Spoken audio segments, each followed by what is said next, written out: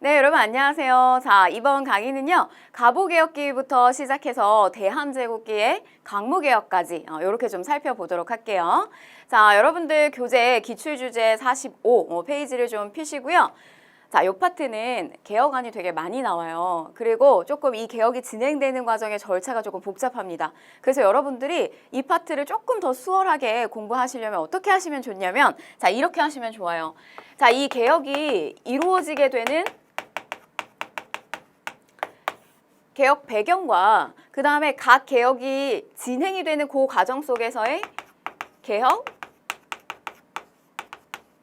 내용들, 요거를 두 개를 분리해서 공부하시면 수월하세요. 그래서 1차 가보개혁, 2차 가보개혁, 그 다음에 을미개혁으로 넘어가게 되는 어떤 정치적인 상황과 그 다음에 각 개혁 시기마다 이루어지게 되는 개혁 내용들, 요거를 따로 공부하시면 훨씬 더 수월하십니다.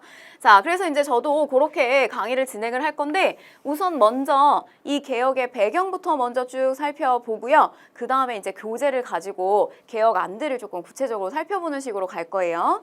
자, 그래서 여러분들도 노트를 지금 가지고 오셔야 됩니다. 그래서 반드시 펴서요. 눈으로 보지 마시고 저랑 똑같이 따라오시기 바랄게요. 이 개괄을 하셔야 돼요. 자, 그러면 이제 먼저 보시면 1차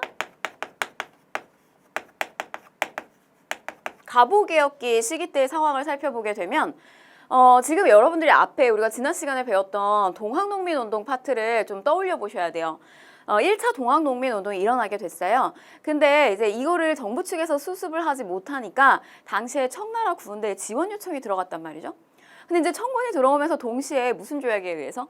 텐진 조약에 의해서 일본군도 같이 들어오게 되죠. 근데 이제 문제는 뭐냐면 우리가 정부 측하고 이제 화해를 했단 말이에요. 전주 화약을 통해서. 그럼 더 이상 이 군대가 여기 주둔하고 있을 이유가 없어요. 근데 문제는 뭐냐면 일본이 가지 않고 다시 이제 경복궁을 침입해서 들어오게 되면서 우리의 낡은 관습을 업그레이드 시켜주겠다, 개혁해주겠다라고 하면서 경복궁을 침입해서 1차 가보개혁을 추진시키려고 이렇게 진행을 하게 됩니다.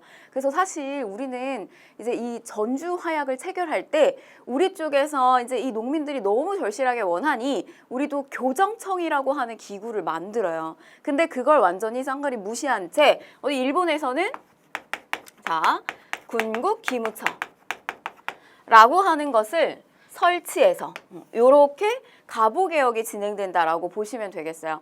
그래서 여러분 지금 요 시기 때 1차 가보개혁 시기 때 일본은 이 군국기무처를 세워가지고 여러 가지 이제 법안을 올린 다음에 이거를 의결하고 통과시키거든요. 근데 이때 당시 일본은 굉장히 바빠요. 자, 이 시기에 일본은요 청일전쟁을 추진을 하고 있었다.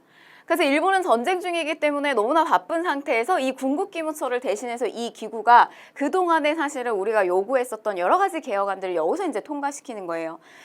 이 가보개혁을 설명할 때 조금 이제 여러 가지 그 의견들, 해석들이 있는데 한쪽 측면에서는 이거는 일본이 해준 거 아니냐, 일본의 강압에 의해서 스타트가 된 거 아니냐, 타율에 의해서 했다라고 하는 측면을 언급하기도 하고요. 근데 사실 그렇게만 보기에는 조금 어려운 점이 있어요. 왜냐하면 이 군국기무처가 만들어지고 난 다음에 한 3개월 정도 남짓한 시간 동안에 200건이 넘는 그동안에 너무나 열망했던 여러 가지 낡은 봉건적 관습이라든지 이런 것들을 개혁하는 내용이 다 여기서 해결을 하게 되거든요. 근데 이게 만약에 우리가 그 전에 앞에서 그 많은 실패와 좌절을 겪었어요. 그 예를 들면 이제 갑신정변에서 엘리트층이 벌였던 그 여러 가지 이제 혁신정강안이 나왔죠. 근데 그게 결국은 통과 안 됐잖아요. 실패로 끝나게 됐죠. 근데 이제 그런 부분들이라든지 그 다음에 이제 이 농민군들이 주장했었던 여러 가지 개혁안들이 있었어요. 패전개혁안. 근데 그런 것들이 바로 요 가보개혁에서 실현됐다라고 보시면 되겠습니다. 그래서 약간의 자율성과 타율성이 좀 들어가 있는 그런 거라고 보시면 되겠어요. 자, 이 가보개혁 군국기무처가 들어왔고 그 다음에 자, 이 시기에 일본은요 흥선대원군 왜냐하면 전쟁을 치르면서 바쁘기도 하고 또 한편으로는 너무 예를 들면 이제 친일적 성향이 너무 강하게 된 사람들을 세우게 되면은 이 당시의 백성들로부터의 조금 반감을 얻을 수가 있잖아요. 그래서 당시에 아주 이제 주도적인 이미 밀려난 사람이에요. 이 흥선대원군은. 그런데 뭔가 이제 일본이 사실은 뭔가 허수아비처럼 조율을 하면서 세워놓기가 굉장히 좋고요. 그리고 또 반감을 조금 줄일 수 있는 그런 인물을 이제 올렸습니다. 그래서 잠깐 올리게 된 거고, 자, 그리고 이제 1차 김홍집 내각이 구성된다. 저 김홍집이라고 하는 인물도 개화파입니다. 근데 이제 주로 조금 이렇게 아주 이제 우리가 갑신정변을 일으켰던 급진적 그런 성향보다는 정부가 주로 이제 추구했었던 여러 가지 개화 정책에 조금 발맞춰서 했었던 인물이라고 보시면 되겠어요. 자, 그래서 이제 요런 어떤 구성이 1차 가보개혁기 때의 배경이라고 보시면 되겠어요. 그래서 이렇게 1차 김홍집 내각을 주축으로 해서 여러 가지 이제 개혁을 통과시켰다. 이렇게 보시면 되겠고, 자, 그 다음에 2차 가보개혁기로 넘어가게 되면, 자, 이 시기가 되면 여전히 청나라하고 일본하고 전쟁 중에 있어요. 근데 이제 점차적으로 이 일본이 전쟁에서의 승기를 잡아가게 되는 어떤 그런 상황이라고 보시면 되겠어요. 그러니까 이제 더 이상 일본이 이전에는 너무 바빠서 이제 궁극기무처를 놓고 여기서 다 법안을 의결하게 했는데 여기에 와서는 더 이상 궁극기무처가 필요 있다 없다? 필요 없어지는 거예요. 자, 그래서 요 시기 때 오게 되면 필요 없어집니다. 자, 그 다음에 허수아비로 올려놨었던 이 흥선대원군도 더 이상 필요 있다 없다? 필요 없어지게 됩니다. 자, 그래서 이후에 흥선대원군에 참여하지 않고요. 자, 그 다음에 이제 1차 김홍집 내각이 여기 2차에서 이제 일본이 어느 정도 청일전쟁에서 승기를 잡아가는 요 시점에서는요. 자, 요렇게 2차 김홍집. 그리고요, 우리가 갑신정변을 일으키게 되면서 일본으로 부랴부랴 망명을 갔었던 박영효가 들어오게 됩니다. 그래서 김홍집, 박영효, 연립내각이 구성이 된다. 자, 여러분 이제 이런 식의 어떤 사료적 키워드가 등장을 하게 될 거예요. 그래서 여러분 1차 가보개혁기를 물어볼 때는요. 자, 궁극기무처가 있냐 없냐 이렇게 물어봐요. 그러면은 궁극기무처 있으면 이거는 몇 차 가보개혁? 1차 가보개혁. 자, 궁극기무처 없어요. 이렇게 나오고 2차 김홍집하고 박영효의 연립내각이 구성해서 이 개혁안을 추진한다 이러면 2차 가보개혁안. 요렇게 찾아가시면 되는 거예요. 자, 그 다음에 우리가 사실 편의상 1차, 2차, 3차. 그래서 여러분들 공부하실 때 그냥 3차 가보개혁 이렇게 하셔도 돼요. 근데 해가 바뀌어가면서 우리가 요 시기를 뭐라고 하냐면 을미개혁기 이렇게 이야기를 하거든요. 자, 이제 이 시점에서요. 청나라하고 일본하고 전쟁에서 누가 승리를 하게 되냐면 깜짝 놀랄 만한 일이 생기게 됩니다. 사실 이게 어떻게 보면은 지금 아시아권에서요. 세상의 중심은 중국이었어요. 근데 이 동아시아를 움직이게 되는 이 청나라가 무너지게 되는 어떤 이제 사건이 발생하게 되는데 바로 이 청일전쟁에서 일본이 승리를 하게 됩니다. 자, 그래서 이때 청나라하고 일본하고는요. 시모노세키 조약을 체결을 하게 됩니다. 시모노세키 조약. 자, 근데 이 시모노세키 조약에서요. 어떻게 하냐면 청나라가 일본에게 요동 지역, 이 요동반도를 할양해서 넘겨주게 되는 약속을 하게 돼요. 자, 요동반도를 할양하게 되는 요게 이제 일본으로 넘어가게 되는 요런 상황을 맞이하게 된다. 자, 여러분 요거 요동 제가 체크 안 해도 이제 여러분들이 아셔야 되는데 자, 이렇게 요동 보시면 요렇게 앞으로 나와 있는 부분이잖아요. 자, 이 부분을 일본에게 넘겨준다. 그럼 여러분 생각해 보세요. 여기서 섬나라로 요렇게 아주 갇혀 있었던 일본이 한반도를 넘어서 이제 요동까지 만주를 순식간에 여기를 장악할 수 있게 되는 거예요. 근데 이거를 가만히 두지 않아요. 저걸 위협을 느꼈던 나라가 있어요. 바로 러시아입니다. 그래서 이 러시아가 주축이 돼서요. 러시아, 프랑스, 독일에 자, 이어서 3국 간섭이 들어오게 됩니다. 자, 러시아, 프랑스, 독일, 러프독. 자, 그래서 이제 요 시기 때 삼국 간섭이 들어오게 되면서 일본이 가져갔던 요동 반도를요 다시 뱉어내게 됐어요. 사실 일본의 입장에서는 굉장히 화가 날 만한 상황이죠. 이미 이렇게 다 된 밥에 약간 재가 뿌려진 듯한 그런 느낌이었단 말이죠. 자, 요 시기 때 그러면서 당시에 내각의 구성이 어떻게 이루어지게 되냐면 삼국간서, 그 다음에 3차 김홍집 내각이 꾸려지게 되는데, 자, 이때 이제 3차 김홍집 내각은요, 약간의 이제 칠러적인 성향을 지니는 사람들, 예를 들면 이제 이범진이나 이완용, 이런 사람들이 들어오게 됩니다. 이완용 하면 여러분, 친일을 했던 사람 아닌가요? 근데 여러분, 한번 이제 우리나라의 어떤 그 민족을 배신한 사람은요, 일본을 배신하기도 하고, 그러니까 우리를 배신하기도 하고, 그 다음에 때에 따라서는 또 당시에 우리를 또 배신한 다음에 이 러시아한테 또 가서 들러붙기도 하고요. 계속 여러 번 왔다 갔다 합니다. 자, 그래서 이제 3차 김홍집 내각 이렇게 꾸려지는데, 이렇게 러시아 세력을 끌어들여가지고 요동반도를 뱉어내게 하는 이런 어떤 정치적인 구도를 만든 사람이 누굴까? 그게 바로 이제 이 명성황후, 우리가 이제 명성황후라고 불리우는 이 민씨 이 세력이다라고 일본은 판단을 하게 되는 거죠. 그래서 이때 당시에 바로 이제 요 사건이 터지게 돼요. 우리한테 굉장히 쇼킹한 사건이죠. 을미 사변이 터지게 된다라고 하는 겁니다. 그래서 이때 당시에 이제 경복궁에 있는 침실에 이 왕비의 처소에 그대로 들어와서 궁궐에 들어와서요. 당시에 이 미우라 공사하고 그다음에 이제 이 낭인들하고 같이 해서 이 우리나라의 한 나라의 국무를 시해하는 사건이 발생을 하게 돼요. 그래서 이렇게 이제 을미 사변이 터지게 되고 난 다음에 이후의 상황은 다시 이제 친일 내각이 구성이 됩니다. 그래서 4차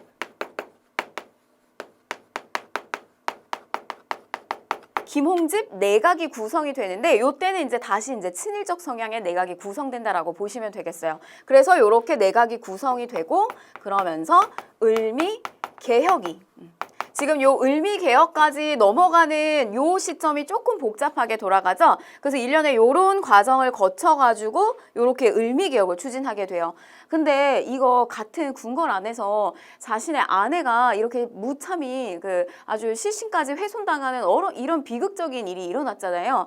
그러니까 이 경복궁에 더 이상 머무르기가 사실은 이 왕의 입장에서도 굉장히 두려웠을 거예요. 그래서 이때 당시에 이제 어떻게 가냐면 이 궁궐에서 몸을 피신을 하게 됩니다. 몸을 떠나게 돼요. 그래서 러시아 공사관으로 이제 몸을 피신하게 되는 자, 아관파천이 일어나게 된다. 그러면서 이제 을미개혁은 중단된다고 보시면 되겠어요. 자, 여기까지가 1차, 2차, 그 다음에 3차 을미개혁에 해당되는 배경의 내용이에요. 이런 부분들을 여러분들이 조금 정리를 하시고 그 다음에 이제 개혁안 내용을 좀 살펴보는 걸로 할게요. 자, 그럼 보실게요. 1차 가보게요. 자, 지우겠습니다. 여러분들이 이 내용을 좀 잘 체크하시고 자, 1차 가보개혁 보실게요. 개혁 내용. 자, 독자적인 연호를 사용한다. 자, 보시면 청나라의 연호를 폐지하고요. 사실 이제 이거는 굉장히 일본의 의도가 많이 들어가 있어요. 이 1차 가보개혁기 때 일본의 약간 이제 강압에 의해서 경복궁 침입해서 시작했다고 했잖아요. 그러니까 당시 일본의 입장에서는 그 전에 계속해서 아주 밀접하게 이 조선이라고 하는 나라하고 밀접하게 관계가 있던 이 청나라의 구도를 뜯어놓으려고 합니다. 청나라 연호 폐지하고 개국기원을 사용하게 된다. 이 개국기원은 우리나라가 열린 시점부터를 이렇게 날짜를 계속 세워나가는 건데요. 우리의 이제 이 개국의 시점을 언제로 잡았냐면 조선이 건국했던 1392년으로부터 시작해서요. 쭉 요거를 이제 세 나가는 거예요. 그래서 개국기원이다라고 하면 우리 지금 1894년 시기 때의 개국기원으로부터 날짜를 세보게 되면 약 503년 정도가 되는 거예요. 자, 그 다음에 행정기구가 개편이 되는데 의정부에다가 권력을 집중시키고, 그럼 의정부는 아직 살아있어요. 요 시기 때 의정부는 아직 살아있고, 그럼 여러분 보시면 우리가 조선의 통치의 체제가 어떤 식으로 구성되어 있냐면 의정부하고 그 다음에 육조 체제. 그래서 우리 다시 한번 이거 복습해 보시면 왕이 있으면 육조에서 업무를 왕이 직접 받느냐, 아니면 의정부를 거쳐서 왕에게 올리면 왕이 또 다시 의정부를 거쳐서 육주에게 업무를 내리는 이런 식의 의정부 서사제냐, 이게 이제 조선의 어떤 통치의 방식이었거든요. 근데 요게 이제 1차 가보개혁기 때 와서는 요 의정부는 그대로 유지를 시키고요. 이 육조를 어떻게 바꾸냐면 아문으로 바꿨어요. 그럼 여러분 요거 이제 예로 하나만 들어보면 6조에서 재정을 담당했던 기구가 있어요. 왜 기억나실까요? 6조에서 재정을 담당했던 기구. 자, 요게 뭐냐면 호조였어요. 호조. 그러면 요게 8아문으로 들어가게 되면 자, 재정을 담당하는 기구는 명칭 요렇게 바뀝니다. 탁지, 아문 이렇게 바뀌는 거예요. 그래서 뭐 재정과 관련된 이야기 그러면은 이제 이렇게 탁지하면 여러분들이 요 시점부터는 떠올리시면 되겠어요. 자, 그다음에 과거제를 폐지했다라고 했는데 저거는 이제 뭐 3년마다 뭐 법적으로 양인 이상이면 그 전에 봤던 그래서 관리를 등용했던 제도잖아요. 근데 저렇게 과거제도를 실시해봤자 뭐 굉장히 이렇게 능력 있는 인재를 꼭 뽑는 게 좋은 방법은 아닌 것 같다. 그래서 이제 요 시점에 오게 되면은 우리 뭐 오늘날에 이렇게 공무원 시험을 막 치르는 것처럼 관리 임용 제도의 시스템을 조금 근대식으로 바꿔요. 그래서 과거제가 폐지된 거 언제냐? 1차 가보개혁기 때 과거제가 폐지가 됩니다. 주로 보시면요. 예전에 이렇게 막 청나라하고의 너무 밀접한 관계, 그 다음에 조금 낡은 어떤 관습들 이런 것들이 점점 폐지되고 있는 시점이라고 보시면 되겠어요. 자, 그 다음에 탁지함은 재정을 관리하는 게요. 너무너무 많이 분산되어 있는 거예요. 또 심지어는 왕이 쓰는 돈과 국가가 쓰고 있는 돈이 이게 뭔가 정확하게 분리가 되어 있지도 않아요. 그래서 이거를 조금 더 뭔가 재정을 돈 관리를 한쪽으로다가 더 명확하게 관리하는 그래서 탁지아문이 재정에 관한 모든 사무를 관할하도록 하게 한 것이 이제 1차 가보개혁의 내용입니다. 자, 그 다음에 이제 경제제도에서 은본위제를 채택했다라고 했어요. 은본위 제도는 여러분 우리가 돈을 화폐를 발행하잖아요. 근데 이 화폐를 발행할 때 그냥 무조건 만유 화폐를 찍어내는 게 아니라 우리가 보유하고 있는 은의 수량만큼을 이제 찍어내는 거예요. 그래서 이렇게 이제 1차 때 은본위제 이렇게 채택하고요. 자, 그다음에 이제 사회개혁으로는 너무너무 잘 나와요. 자, 공사노비법을 혁파하였다. 자, 드디어 여러분 우리가 신분제다라고 하면요. 기본적으로 양천제였어요. 양인, 법적으로 여러 가지 이제 의무를 다하고 권리를 가지고 있는 이 양인이 있었고 그 다음에 그 아래 사람이기는 하지만 사실은 이렇게 완전히 그 존재 자체가 구별되어 있는 그래서 완전히 이렇게 개인의 사유재산으로서 막 사고 팔리고 했었던 이 노비라고 하는 존재들이 있었잖아요. 근데 이제 그 제도가 없어진 거예요. 그래서 법적으로 양인, 천의로 나뉘어져 있던 이 구도가 없어지게 되는 것은 이제 우리가 다른 말로 뭐라고 하냐면 신분제도가 폐지됐다 이런 표현을 쓰기도 해요. 그래서 공사노비법이 여기서 법적으로 완전히 혁파가 됩니다. 몇 차예요, 여러분? 1차 가보개혁기 때 해당이 된다는 거. 자, 그 다음에 낡은 간습, 과부의 재가를 허용해요. 가부가 이제 다시 혼인을 할 수 있는 거 이런 것들 허용하고요. 그 다음에 이제 연자제 묶어서 벌 주는 거, 막 친족이나 뭐 이렇게 이웃이나 묶어가지고 벌을 주는 이런 연자제나 그 다음에 너무 어린 여성들 일찍 혼인시켜가지고 거의 뭐 마치 이제 출산의 도구처럼 이용이 되는 그런 어떤 조혼의 풍습들 같은 것도 악습을 철폐하는 것이 바로 1차 가보개혁기 때 해당되는 내용이라고 보시면 되겠어요. 그래서 여러분 1차는요 보면 그 전에 썼던 낡은 관습들, 봉건적 관습들이 점점 없어지는구나. 그리고 또 왕실의 것과 국가의 것의 어떤 뭐 행정적 업무나 재정적인 업무를 두 개를 분리시켜 놓는 거. 이게 1차에 해당되는 거라고 조금 키워드를 잡으시면 좋겠고 자, 그 다음에 이제 2차로 가볼게요. 자, 2차로 가면 궁극기무처가 있다 없다? 자, 2차에는요, 궁극기무처가 이제 없어지죠. 사라지게 됩니다. 그래서 요 시기가 되면 궁극기무처는 없고요. 김홍지, 박영효의 연립내각이 구성이 됩니다. 일본에서 귀국한. 그래서 조금 더 좀 이렇게 친일의 성향. 우리가 지금 이 시기 때 친일이다라고 하는 것은 우리 민족을 배신한다는 의미는 아니에요. 일본의 어떤 개혁을 모델로 삼아가지고 조금 더 그런 것들을 이제 받아들이는 시기라고 생각을 하시면 좋겠어요. 그래서 이렇게 이제 연립내각이 구성이 되고 홍범 14조가 반포가 됐다라고 했는데 자, 이거는 지금 여기다 이제 여러분 체크하시는데 특히 요거 이제 홍범 14조. 고종이 종묘에 나가서 독립서고문과 홍범 14조를 반포했다. 저 홍범 14조의 내용의 첫 번째 문구를 보게 되면요. 우리가 지금부터는 청에 의존하는 생각을 버리고 자주 독립의 기초를 세운다. 이제 뭐 이런 문구가 들어가거든요. 그러니까 지금 저런 그 홍범 14조를 반포했다는 거는 우리가 이제 앞에 개혁을 1차 개혁 때 개혁을 막 열심히 했어요. 근데 이거를 백성들이 모를 수가 있어요. 그러니까 요거를 다 한번 쫙 정리해가지고 당시 종묘에 나서서 앞으로 이제 개혁의 의지를 보여주면서 우리가 이런 개혁을 했다라고 하는 것을 좀 이렇게 알리는 그런 상황이라고 보시면 되겠어요. 그래서 여러분 이 홍범 14조가 나오잖아요. 그럼 문제가 이렇게 출제될 수 있어요. 요 홍범 14조가 사료로 딱 등장하고 요게 나오고 난 다음에 이후의 개혁안. 그러면 2차 가보 개혁안을 물어볼 가능성이 높아요.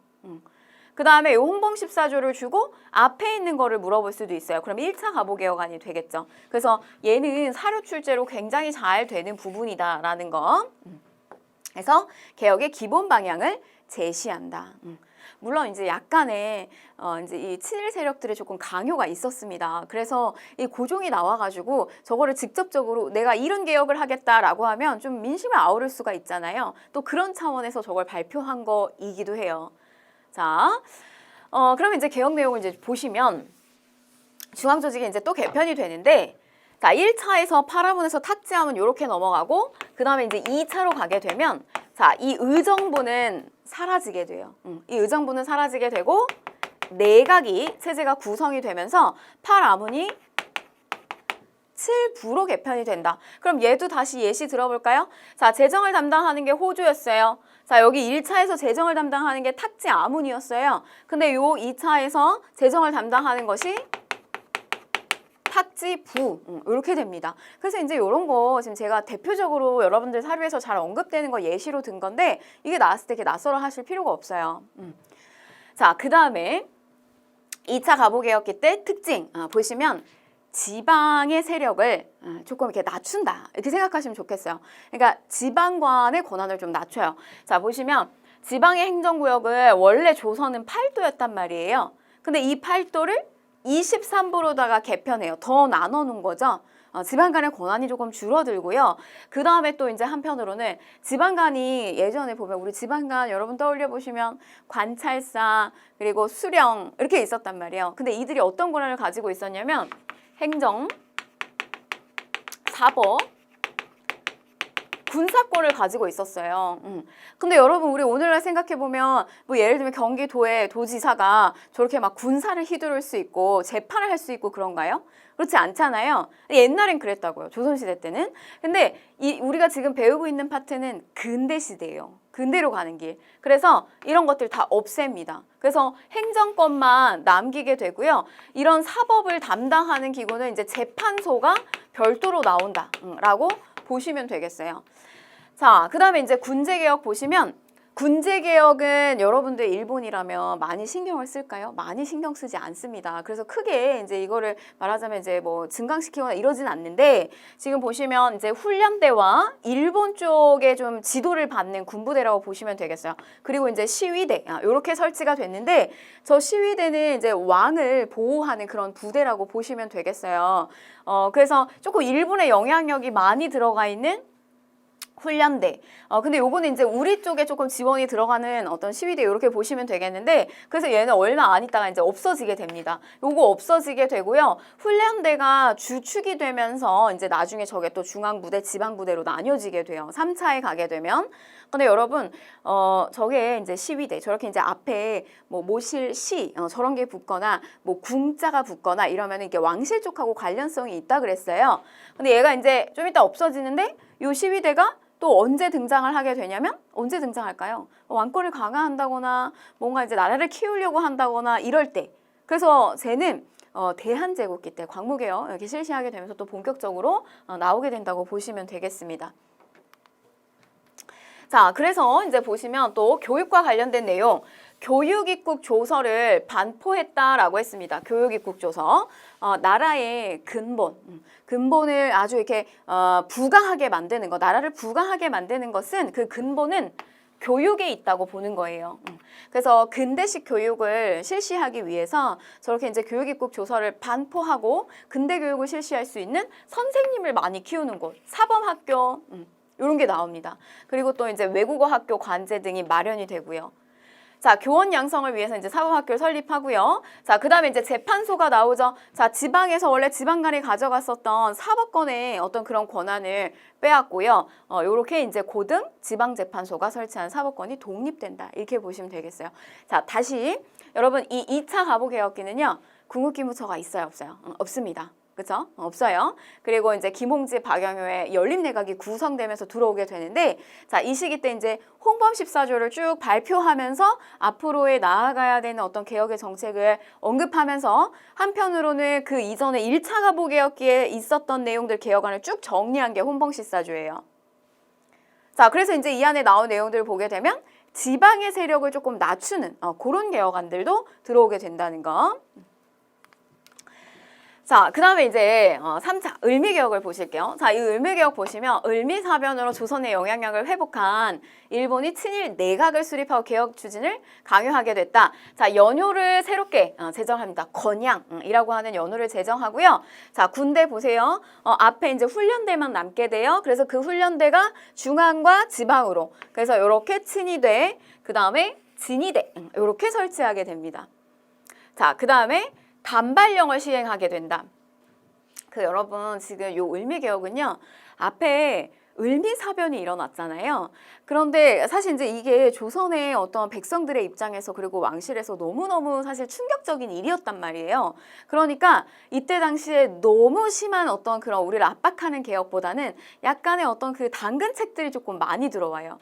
그래서 여러분들이 1차 가보개혁과 2차 가보개혁을 개혁안을 구분하는 거는 조금 까다로운데 이 을미개혁을 구분하는 것은 별로 어렵지 않아요. 여러분들이 반복해서 보시다 보면 건양, 그 다음에 친진, 중앙지방, 친진, 중앙지방. 얘는 서울, 얘는 지방이에요. 그 다음에 단발령 시행한다. 단발령은 단발, 머리를 자르는 거예요. 머리카락을. 근데 우리 지금 이 유교의 나라에서요, 부모가 준 거는 뭐 이렇게 손끝, 그 다음에 털끝 하나라도 쉽게 이렇게 훼손하면 안 된다 이런 의식이 있는데, 저렇게 이제 머리를 자르라고 하니까 저 때 뭐 굉장히 막 저거 절대 할 수 없다라고 하면서 이렇게 자결을 하는 사람들도 있었어요.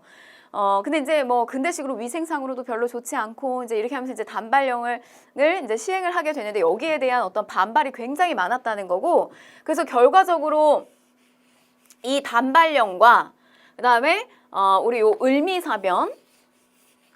을미사변으로 인해서 뭐가 일어나냐면 의병이 일어나게 돼요. 의병이 일어나게 된다는 거.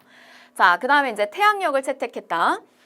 우리 뭐 음력 지금 생일을 쓰시는 분은 없잖아요. 그래서 요때 이제 양력을 채택하게 되고요. 그 다음에 이제 근대 시기에 어떤 말하자면 이제 초등교육 이런 것들 진행하는 소학교가 설치가 되었다.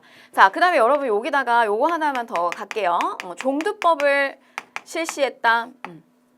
그래서 이제 천연두를 예방하는 그런 접종, 예방 접종을 하는 거라고 보시면 되겠어요. 요런 것들도 다 을미개혁안에 해당되는 내용입니다. 자, 그 다음에 이제 의병이 이제 일어났다. 그래서 이렇게 이제 봉기를 하게 되고, 자, 넘어가셔서 이제 아관파천. 이제 앞에서 이런 개혁안을 추진을 하게 되는데요. 결과적으로 이제 이 고종이 원래 이제 처음에는 미국 공사관으로 가려고 했어요. 그래서 이제 미국 공사관으로 가려고 하다가 춘생문 사건이라고 해서 요거를 이제 실패하게 됩니다. 그래서 안 되고요. 이제 어디로 피신을 하게 되냐면 러시아 공사관으로다가 이제 몸을 피신을 하게 돼요.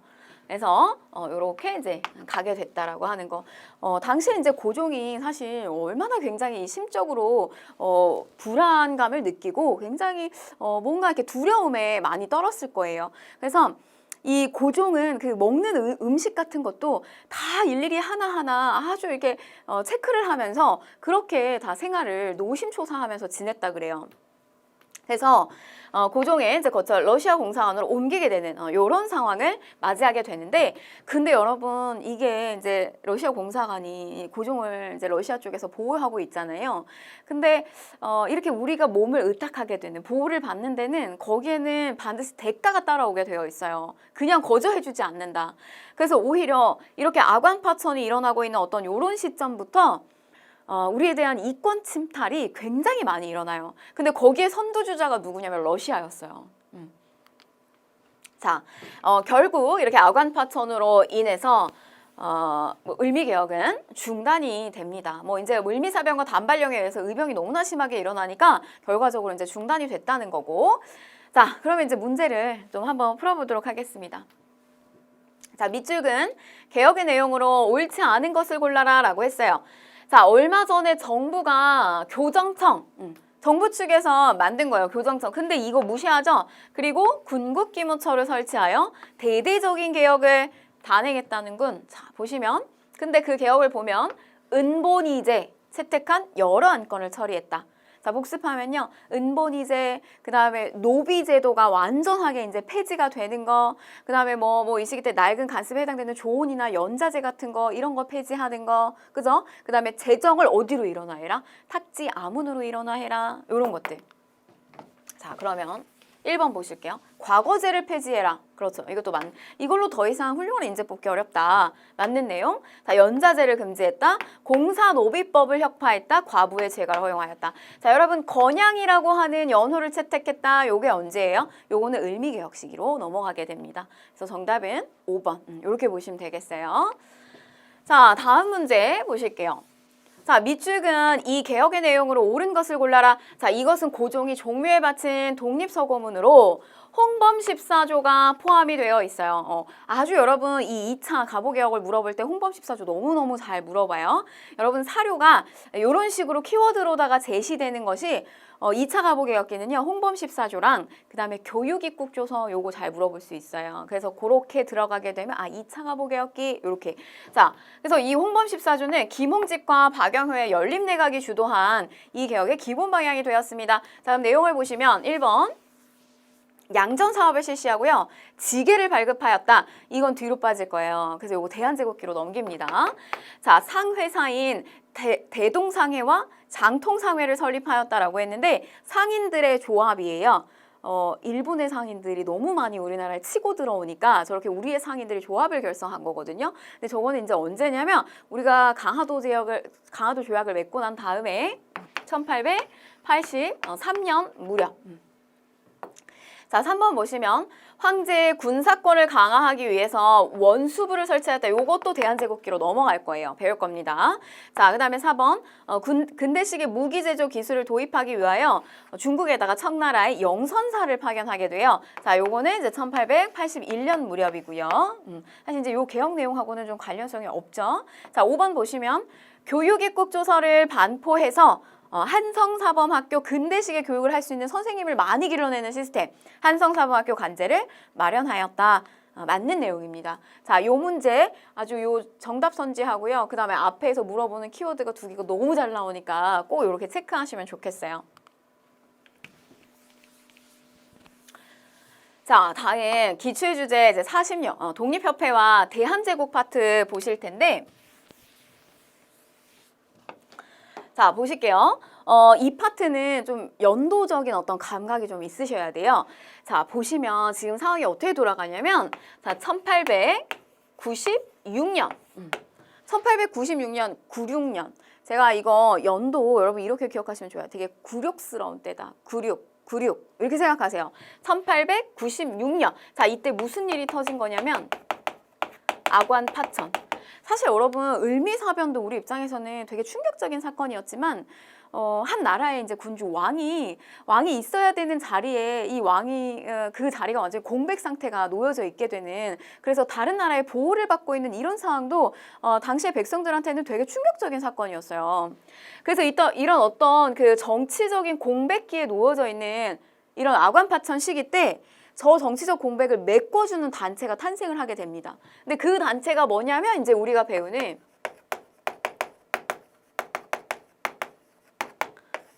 독립협회라고 하는 조직이에요.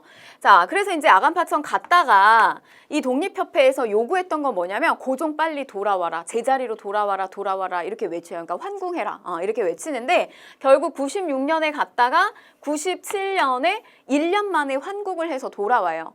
그래서 97년에 돌아와서 나라 이름을 선포하는데 대한 제국을 선포합니다. 근데 이게 조금 아이러니예요. 그게 뭐냐면 독립협회가 추구하는 방향성하고 좀 달랐거든요. 고종의 생각이.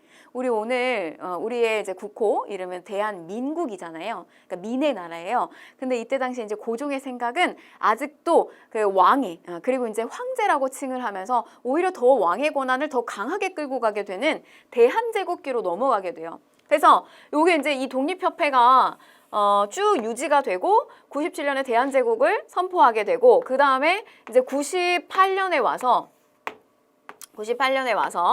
요렇게 이제 1년 같이 보내고 대한제국 들어오면서 1년을 또 같이 보내요. 이렇게 1년을 같이 보낸 다음에 98년에 결과적으로 이 독립협회를 해산을 시킵니다. 자, 이렇게 해산시킬 때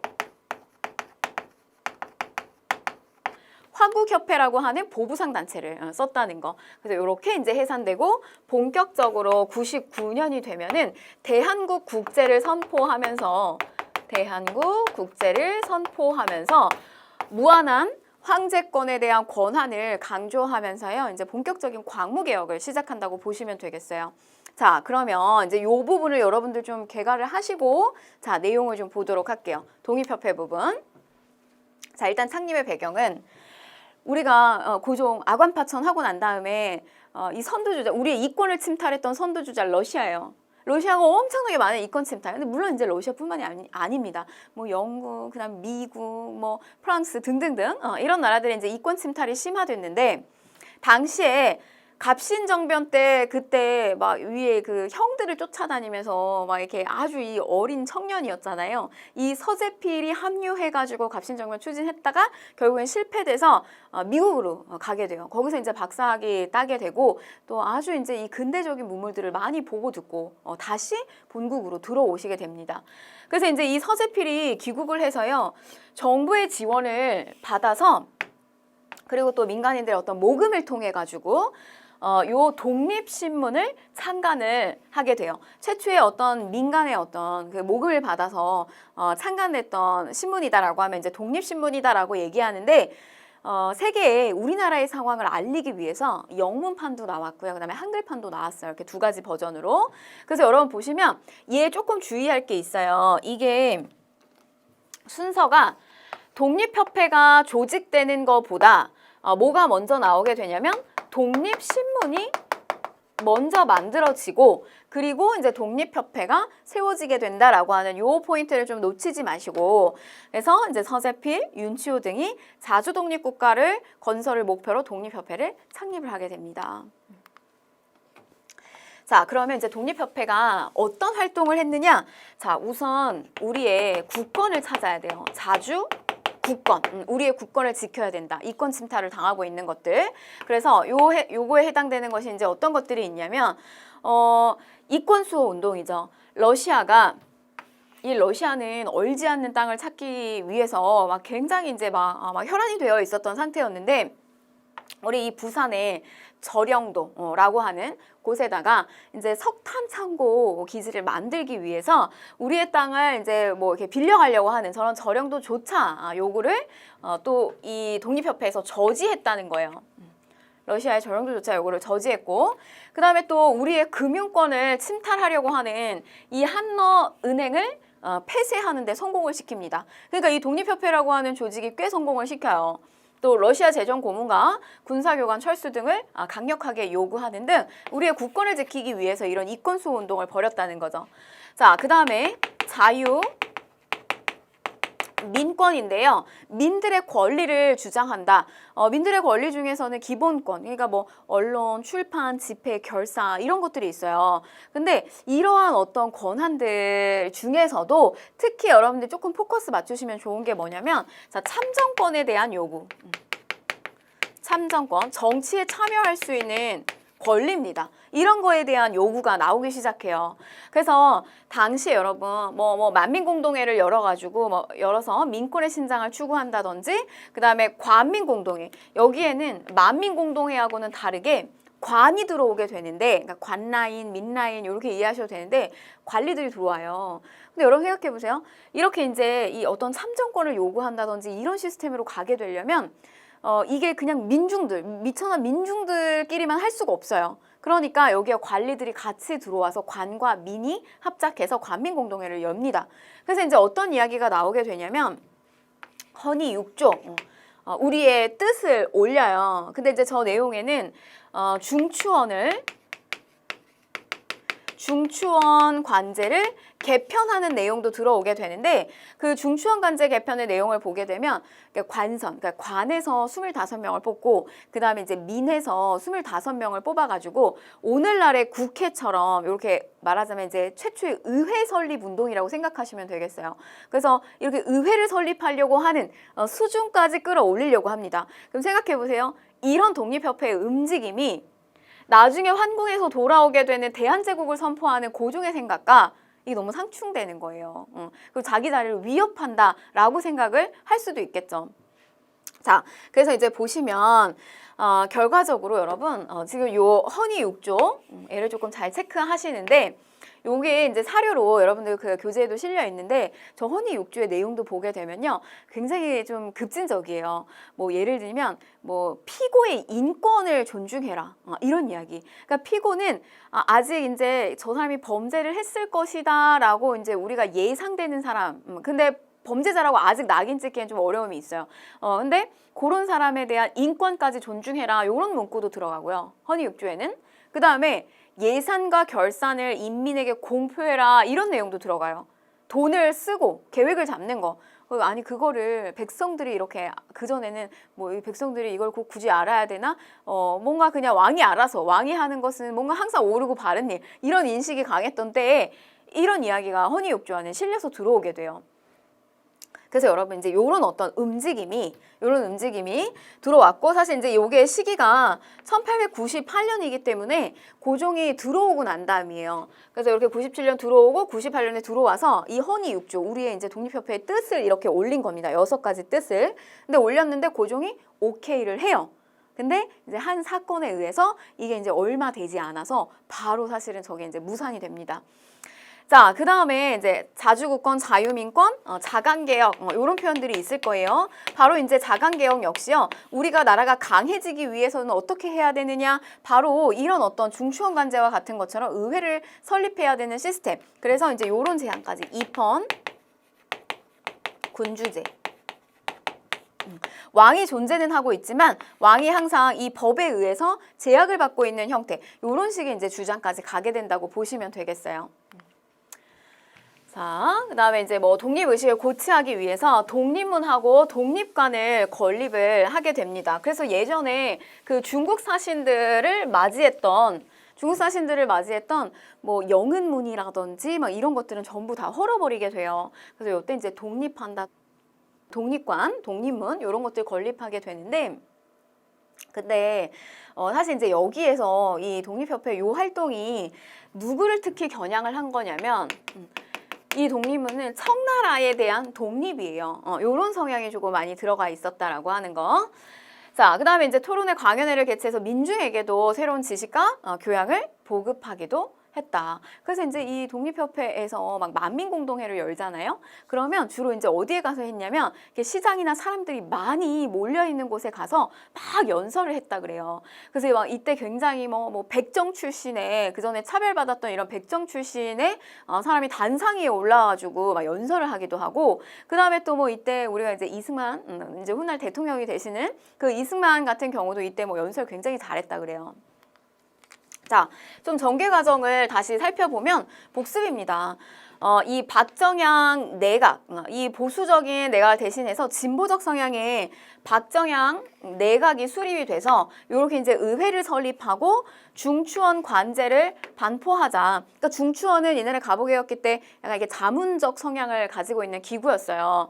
근데 이 관제를 반포해서 개편을 해서 오늘날의 의회가 같은 형태를 만들자. 이런 추진을 하게 된 겁니다. 자, 근데 이제 어떤 사건이 발생하게 되냐면 이미 여기서 왕의 재간은 끝났어요. 끝났는데 익명서 사건. 그러니까 이름이 없는 투서가 하나 날라오게 되는데 왕의 자리를 끌어내리고 대통령 체제로 가려고 한다라고 하는 어떤 그런 투서가 들어오게 돼요. 사실 이제 뭐 꼭 저 사건이 계기가 돼가지고 이제 상황이 그렇게 됐다기보다 이제 저게 좀 불씨가 됐던 거죠. 그래서 결과적으로는 고종이 이렇게 이제 해산령을 내리게 되면서 한국협회와 군대를 동원해서 만민공동회를 해산시킵니다. 그래서 보부상 단체였던 요 한국협회를 시켜서 이렇게 해산을 시키게 된다. 자, 그리고 나서 이제 이 대한제국 모습을 조금 한번 살펴볼게요. 그러니까 1897년에 지금 대한제국이 선포된 상황을 이렇게 다시 한번 살펴보는 겁니다. 자, 배경을 살펴보게 되면요. 국민들의 열망에 따라서 고종이 아관파천을 단행한 지 약 1년 만에 러시아 공사관에서 어디로 오냐면요. 경복궁으로 오지 않아요. 경운궁으로 와요. 왜냐하면 이 경복궁에서는 이 명성황후 시해 사건이 일어나서 고종이 다시 여기에 들어와서 정치를 펼치기가 너무 두려웠죠. 그래서 공사관이 있는 요 덕수궁 일대로 오게 됩니다. 러시아와 일본 간의 세력 균형이 어느 정도 이루어지고 있는 이런 상태에서 고종은 연호를 강무로 하고, 그리고 환구단에서 이 환구단 별도로 설치하는 거예요. 이 별도로 설치한 이 환구단에서 자신은 이제 황제로서 즉위식을 거행을 하고요. 국호를 대한 제국으로서 선포를 하게 됩니다. 대한민국이 아니라요, 대한제국이에요. 그리고 사실 이제 이 고종에 대한 평가도 여러 가지 평가들이 있죠. 사실 어떻게 보면 비운의 또 군주에 해당이 되는데, 나름 본인은 뭐 노력을 했을 거예요. 이 나라를 지키고자 하는 그런 노력을 했겠지만, 결과적으로 이 시점에 와서 우리나라가 이제 국헌비탈을 겪게 되는 어떤 그런 상황으로 연결이 된단 말이에요. 근데 이렇게 좀 내용을 어떤 국제적인 상황과 그런 것들 이제 살펴봤을 때, 이 시점에 이제 독립협회가 요구하는 거. 근데 이 민중들에 대한 의식이 어느 정도 성장하고 하는 이런 시점에서 고종은 민중들하고 함께 손을 잡아서 이 나라를 보호하려고 하는 그런 같은 움직임, 정치 체제에 대한 변화, 이런 것들을 만약에 했다라면 이게 다시 이렇게 제국으로 돌리면서 이제 모든 권한이 이렇게 국왕한테만 쏠려 있는 이런 어떤 독단적으로 움직이는 이런 체제를 벗어나서 백성들하고 함께 이런 열강의 세력들을 대응하면서 끌고 갔다면 좀 어떻게 달라졌을까라고 하는 생각을 좀 해볼 수가 있겠죠. 자, 성격은요, 광무개혁의 이제 성격은 구본 신참입니다. 옛 것을 근본으로 한다라고 하는 거예요. 그리고 새 것을 참작한다라고 하는 뜻이고, 조금 복고적 성향을 띠고 있는 점진적 개혁이었다. 자, 대한국 국제를 이제 본격적으로 반포합니다. 요게 이제 1899년이고, 제가 개괄해 드린 것을 보시면서 이렇게 끌고 가세요. 그래서 우리는 이제 황제에게 모든 권한이 들어가 있는 이런 황제권이 강조됐던 대한국 국제를 반포하게 됩니다. 자, 개혁안의 내용을 살펴보시게 되면요. 이 광무개혁과 관련해서는 요거 굉장히 잘 나와요. 양전 사업을 실시했다. 토지를 측량해서 이때 당시에는 이 땅에, 그러니까 말하자면 이제 이 땅의 주인이 누군지가 명확하지가 않았어요. 그런 증서가 없었단 말이에요. 그래서 요 시기에는 그래야 이제 이 주인을 명확하게 알려줘야 국가에선 세금을 더 잘 거둘 수가 있거든요. 그래서 요렇게 이제 지계를 발급합니다. 양지아문에서 양전 사업을 실시하고요. 지계아문에서 지계를 발급하는 거예요. 요렇게. 그러나 이게 일본은요, 또 한 번 붙어야 되는 상대가 있죠. 청나라를 넘어섰어요. 그 다음에 이제 이 삼국 간섭의 구도로 넘어가게 되면서 러시아가 개입을 하잖아요. 그래서 이 러일 전쟁을 치르게 되면서 당시에 우리가 추진했던 이 개혁은 중단이 돼요. 근데 나중에 이제 일본이 너희는 지금 이런 어떤 토지에 대한 소유권이나 이런 게 명확하게 되어 있는 시스템이 없어 라고 하면서 나중에 일본이 이걸 추진시키는데, 그게 뭐냐면 바로 이제 토지조사 사업이에요. 일제강점기 시기 때. 자, 그 다음에 황제의 군사권을 강화하기 위해서 군사들을, 직속 군사들을 이렇게 통솔하는 기구인 원수부를 설치를 하게 됩니다. 자, 그 다음에 이제 교육기관으로는 상공학교, 우리가 이제 실업학교라고 하는 표현을 요새는 쓰지 않는데, 요게 이제 말하자면 옛날에 이렇게 이제 실업학교인 상공학교와 기술교육을 하게 되는 저런 이제 기관 학교들을 많이 설립했다는 거고요. 그 다음에 요 대한제국기 때는 우리의 영토와 영역에 대한 것을 조금 더 분명하게 하기 위한 시도를 해요.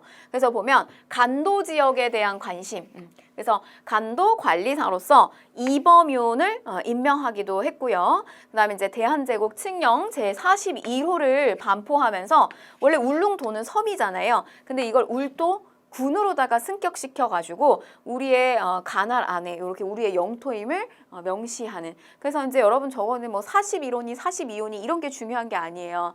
대한제국의 칙령을 통해 가지고 공식적으로 저게 우리의 영토임을 반포했다는 게 중요합니다. 자, 그러면 문제를 한번 풀어볼게요. 가 단체에 대한 설명으로 옳은 것을 골라라. 자, 근대적인 자주 독립국가를 꿈꾸다. 자주 독립국가를 목표로 창립된 자, 요 단체 활동을 뭐 3부작 다큐멘터리를 제작했어요. 자, 만민공동에 나오네요. 관민공동에 나와요. 근데 보부상 단체였던 한국협회 습격으로 결국에는 단체가 해산이 됩니다. 자, 요거 어디에 해당되는 거다? 독립협회죠. 자, 1번 보시면 고종의 강제퇴위 반대운동을 주도하였다. 요거는 이제 대한 자강회에 해당이 되는 거고요. 나중에 이제 애국개몽운동 파트에서 이제 요게 나오게 될 거고. 그 다음에 이제 2번 보시면 일제 황무지 개강권 요거를 저지하였다. 자, 요거는 이제 보완입니다. 단체. 자, 중추원 개편을 통해 가지고요. 의회를 만들려고 추진했다. 물론 이제 결과적으로는 실패했어요. 요건 정답 3번이고. 자, 4번 보시면 태극서관을 설립해서 계몽서적을 보급하였다. 요거는 이제 신민회와 관련이 있습니다. 아직 이제 이게 선지가 조금 전체적으로 한국사 다 보셔야지 더 쉽게 풀릴 수가 있어요. 자, 5번 보시면 한일관계 사료집을 편찬하고 독립신문을 발행하였다. 독립신문은요, 여러분. 독립협회에서 나온 거 맞습니다. 맞는데요. 독립신문이 한 번 더 나와요. 언제 나오냐면 임시정부에서 한 번 나옵니다. 그래서 요 임시정부에서 간행했던 독립신문이 별도로 있고요. 독립협회 독립신문이 따로 있어요. 이렇게 이제 구분을 좀 하셨으면 좋겠습니다. 자, 다음 문제 보실게요. 가나 사이의 시기에 볼 수 있는 모습으로 가장 적절한 것을 골라라라고 했는데, 자, 3점짜리고 천지의 고하는 제사를 지냈다. 왕태자가 배참하였다. 쭉 보게 되면 의정부의 의정이 백관을 거느리고 제례를 마쳤으므로 황제의 자리에 오르소서. 그리고 옥세를 받고 황제 자리에 올랐다. 이게 이제 환구단에 오르면서 황제즉위식을 거행했던 장면이에요. 그래서 이제 우리는 앞으로 본격적으로 더 나라를 아주 부강하게 끌고 가면서 대한 제국으로서의 나라로 서겠다. 그래서 요게 이제 1897년 환구하고 난 다음의 상황이라는 거. 자, 그 다음에 이제 나와보시면, 자, 이제 본소에서 대한국 국제를 잘 상의하고 확정해서 보고하라는 조칙을 받들어서 자, 제 국제 1편을 정함으로써 뭐 본국의 정치는 어떤 정치이고 본국의 군권은 어떤 군권인가를 밝히려 합니다. 대한국 국제를 통해 가지고 결국엔 무한한 황제권을 가지고 있다라고 하는 것을 알려준 거죠. 그래서 이게 언제냐면 이제 1899년이에요. 자, 그러면 이제 보시면 1번 영화 아리랑을 관람하는 교사다라고 했는데 요거 일제강점기로 넘어갑니다. 자, 관민공동회에서 연설하는 백정이다. 자, 그쵸? 여러분 이게 1897년에 대한제국이 들어오는데 그리고 나서 언제? 1898년에 어떻게 한다? 해소시키죠. 그래서 완전히 요걸 해산을 시키죠. 한국협회를 통해서. 그러니까 얘는 정답이 2번이 되겠죠. 자, 유경공원에서 근대식 교육이에요. 근대식 국가에서 만든 유경공원에서 영어를 배우는 학생, 요거는 1886년 상황이고, 자, 경부선 부산으로 가는 그러니까 기차를 타고 요거는 1905년이 됩니다. 자, 근우회인데요. 일제강점기로 넘어갈 거예요. 저 일제강점기에 만들어지는 근우회 1927년에서 31년까지에 이루어지는 상황이기 때문에 쟤는 정답은 2번입니다. 지금 여러분들 이제 제가 이렇게 체크해드린 내용이요. 지금 시점에서는 나머지 선지 분석이 안 돼서 조금 어려우실 수가 있어요. 근데 뒷파트까지 이제 공부를 다 하시면 조금 더 그 답 선지가 선명해질 겁니다. 네, 오늘 수업 여기까지고요. 복습 잘 하시고 또 다음 강의에서 뵙도록 하겠습니다.